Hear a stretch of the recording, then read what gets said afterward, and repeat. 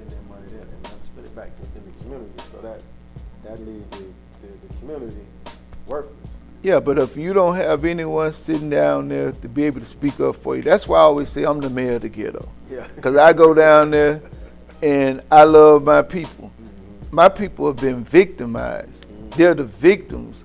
We look at them, it's kind of like, you see the drug addict over here, you see the poor person over here or whatever, but all that's, they're byproducts of a system. Yeah. They're byproducts of a system. Systems produce behaviors.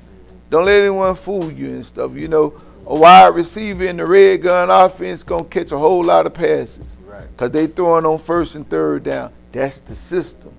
Then you get other guys who go into a system where they running the ball all the time. They're going to have a whole lot of yards. The running back going to look like the star. So in this game in America and white supremacy, this white guy, he's going to sit up there and look real good. And while this black guy is going to look horrible, and he look like a bum and say, why don't you get your lazy butt up? Bobby Womack had a song out saying, just cross 125th Street. Mm-hmm. He said, I've been down so long, getting up ain't even crossed my mind. And this is how it is in the ghetto right now. A lot of times, a lot of our people have been down so long that getting up don't even cross their mind. But they're the victims of bad politicians. Mm-hmm. When we send someone down there, they need to be able to speak up for us. So when I'm losing, I'll stray, man. I'll go to preaching, so keep me on track. But what I was saying was,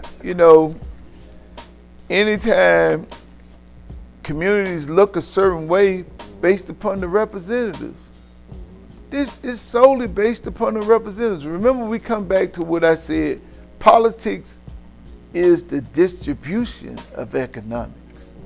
It's the distribution of economics. So what politicians do, the game is to be able to go into a certain area, deprive it of its resources, let the value go down, then come in and buy cheap. Come in and buy cheap, gentrify it, and basically put the resources back in and make it look beautiful for somebody else. Right. That's the game.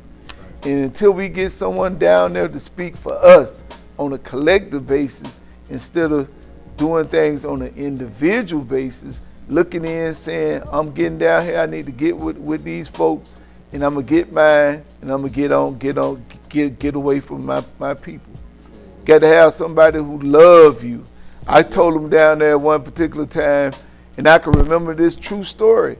My uncle Robert Lee Mayweather and my old grandcousin, Uncle Johnny, took me down to the bus stop, the Greyhound bus stop, and went in there. My Uncle Johnny came over there. He gave me one fish sandwich and 2 mangoes in the bag and a $5 bill. It's a true story. They were sending me up to Morris Brown College on the Greyhound. My first trip was on the Greyhound. And Uncle Johnny said, boy, he had came out of Camilla, Georgia, where, they basically, wasn't afforded that, wasn't given the ability to read and write and do all these things about education. Going to college was big time. Yeah. And Uncle Johnny said, look, man, I'm giving you these $5, this 1 mango, and these 2 fish sandwiches. I'm giving you all I got. And I want you to come back and give my people all you got. Okay? This is all I got, but you going here to be able to come back to do something for the people, and I'm proud of you. Right. And that was the mindset that I had. So when I got back down here, I was itching to come get in the fight. Yeah. I had seen all the wrongdoing and everything. I'm ready to fight. I'm a consistent. I'm always gonna fight. We deal with the body camera today. Well, Ernesto Che Guevara, who fought with Fidel Castro, when he went in, when they conquered Cuba, he didn't take a position. Che Guevara said, I'm a warrior. I'm about the cause. So I'm going around trying to spread socialism. I'm trying to spread equality all around. I don't have time to be a politician. Right. With me, I'm a fighter. So I don't have time to just sit up in the office and everything. We move on to the next issue. Right now, the next issue should be being able to get contracts with the city, being able to bring blacks into the contract process, because we know that City Hall is the way that you produce millionaires. Contracts.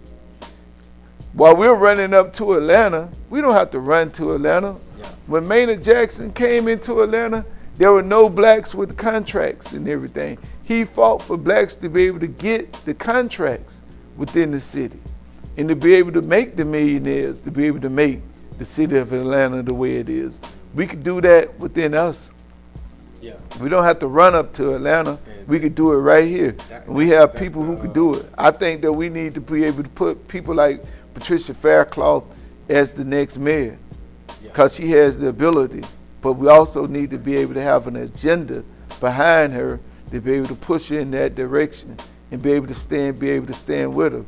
But we need to be able to put somebody in there who care about us. The same way what she did with this body camera issue, the way she navigated it, she has the ability and the know-how to be able to do this and be able to bring the economic level, bring blacks with economic prosperity into the city of Homestead through being able to get us the contracts. I think that starts with getting our kids, sending them, like you just said, somebody gave you all they had so you can come back, not go live.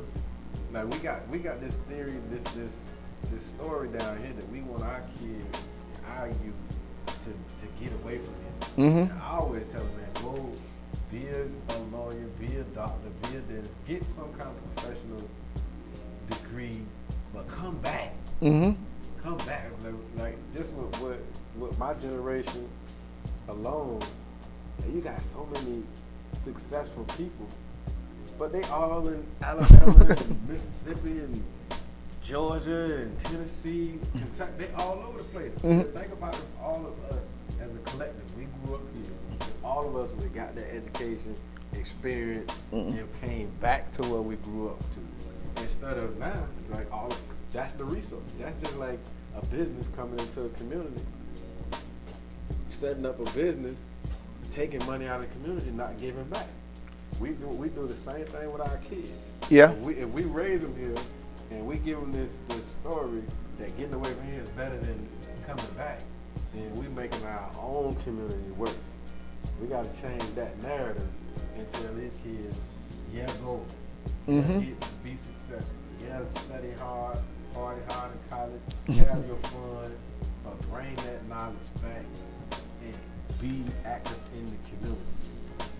So when we got people like Patricia Faircloth, she come in the office and we get those agendas behind her, and we got the people with the know-how in these black businesses. So they can come in and get the contracts. Because now if she get in and they want to issue out the contracts, hell, the Cubans might get it. Hey man, I'm gonna tell you this, man. My godmother, I tell you when you speak on that particular subject, my godmother, man, she loved me to death. And one day we were sitting up on the porch, and she had a little dog by the name of Toby. And the car came down the road, and Toby ran off the porch and ran after the car, and barking after the car and everything, whatever. So Toby came back in the yard, and she was upset with Toby. She said, "Look at you running after the doggone car and everything, whatever. Sit your butt over here, put it down." And she looked over at me. She said, "Tomorrow you going to school over there." And we had just integrated, Neva King Cooper and everything. She said, "You gonna be going to school." And she said, "Don't you be like Toby." Toby went running after the car, but if he caught it, he couldn't drive it. Okay? So we sending you to school. Yeah. And you going after, you gonna have the ability not to just bar and protest, but we want you to be able to have the ability once you get there to know how to drive it. Unfortunately, a lot of our people ambitions are bigger than their aptitude. And when they get places, they don't even have it. If you put them in office, they can't speak for what's best, and they're sitting around looking at white folks. with an avuncular relationship where they were just waiting on them to tell them what to do. Right. Happy to be there. So one of the main things, just like you saying, our kids have to be able to go away and get the ability to be able to drive the car, to be able to fly the plane when they get there, once they get in office. We don't want to be like Toby running, barking at the car. If we catch it, we can't drive it. So now, once we get our kids to be able to go away and get it and come back or whatever, now we got to be able to provide other opportunities for them. We have to be able to fight the real fight. We can't duck and hide.